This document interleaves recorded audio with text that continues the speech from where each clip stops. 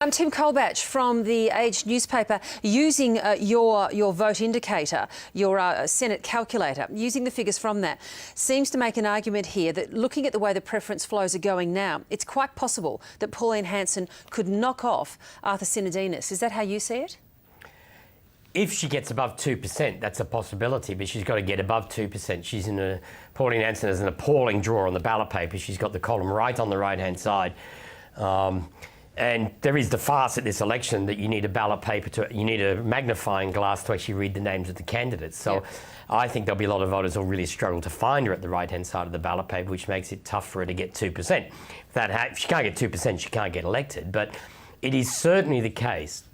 Look, up until now, I thought the coalition would get rough control of the Senate.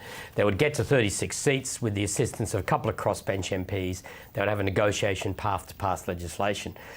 Now that we've seen the preference tickets and we're aware of how many ridiculous numbers of candidates are standing and people are going to have to use magnifying glasses, there is the case the coalition could lose seats to minor parties. If the coalition falls short of a third quota in either Victoria or Tasmania, there's the outside chance that Family First could knock off one of their seats. The same could occur in South Australia. And in New South Wales, it could be the Shooters Party, it could be Pauline Hanson. It's all because of the size of the number of candidates,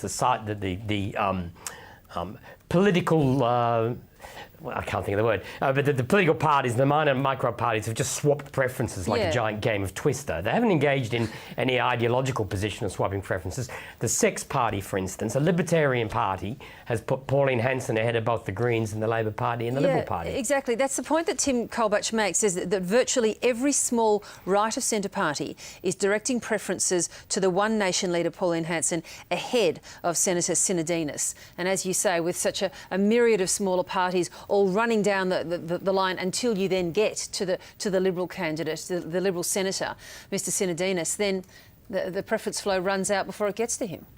That's certainly the case. And it's the general case that this Senate election is an outrageous fiddling of the electoral system.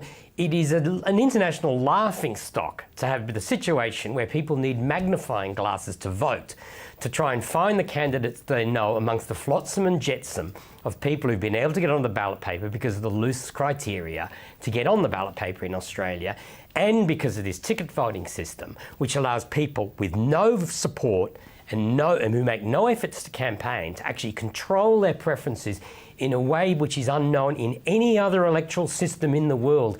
And if we get some of the strange people tossed up at this election, this system will have to be changed. And for all the talk of double dissolutions in the next term of Parliament, a double dissolution is impossible under this electoral system without anyone you've never heard, without somebody you've never heard of getting elected to the Senate. This system has to be changed and it has to be dealt with in the future because it's ridiculous as it works now. Antony Green, I'm assuming that you had your Weet-Bix this morning because you're very fired up about this, and I'm also assuming that such analysis and comments is yours and yours alone and not necessarily speaking for the ABC. No, I've got to say, I have appeared before parliamentary committees several times over the last 10 years pointing this out. I pointed this out before the 1999 New South Wales election when there were 83 groups. I know, but they're not changing it. You've pointed it out, but they're not changing it. The result of this is, look, it is true, Arthur Sinodinos, depending on the way the votes goes, could be defeated by Pauline Hanson. Family First could defeat Helen Kroger in Victoria on the Liberal Party ticket because of the way this has been done. This has been coming for years and politicians have turned their eyes away from it for years. Well, we'll see what happens on the 7th of September. But the Parliament that's elected, the Senate elected, will be reflecting the internecine deals between people that nobody's ever heard of. It won't be reflecting the will of the public. Well, I guess we'll leave that for others to interpret. I mean, people might argue that that's exactly the will of the public. If you end up with an entire number of smaller parties. The supporters for the Sex Party do not support Pauline Hanson ahead of the Greens and the Labor Party. I'm absolutely sure of that, but that's what's going to be delivered. All right. Well, just returning to this point for a moment, if we can, just before we let you go, because I know you're busy.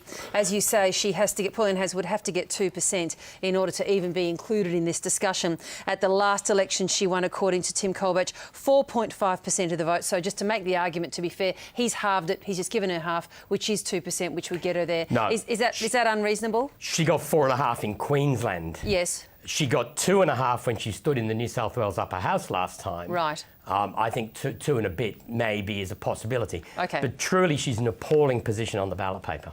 All right, well, let's see if that makes any difference. As you say, we've got to use magnifying glasses even to see it. Good to cross swords with you again this morning, Antony. Thanks so much. Thanks.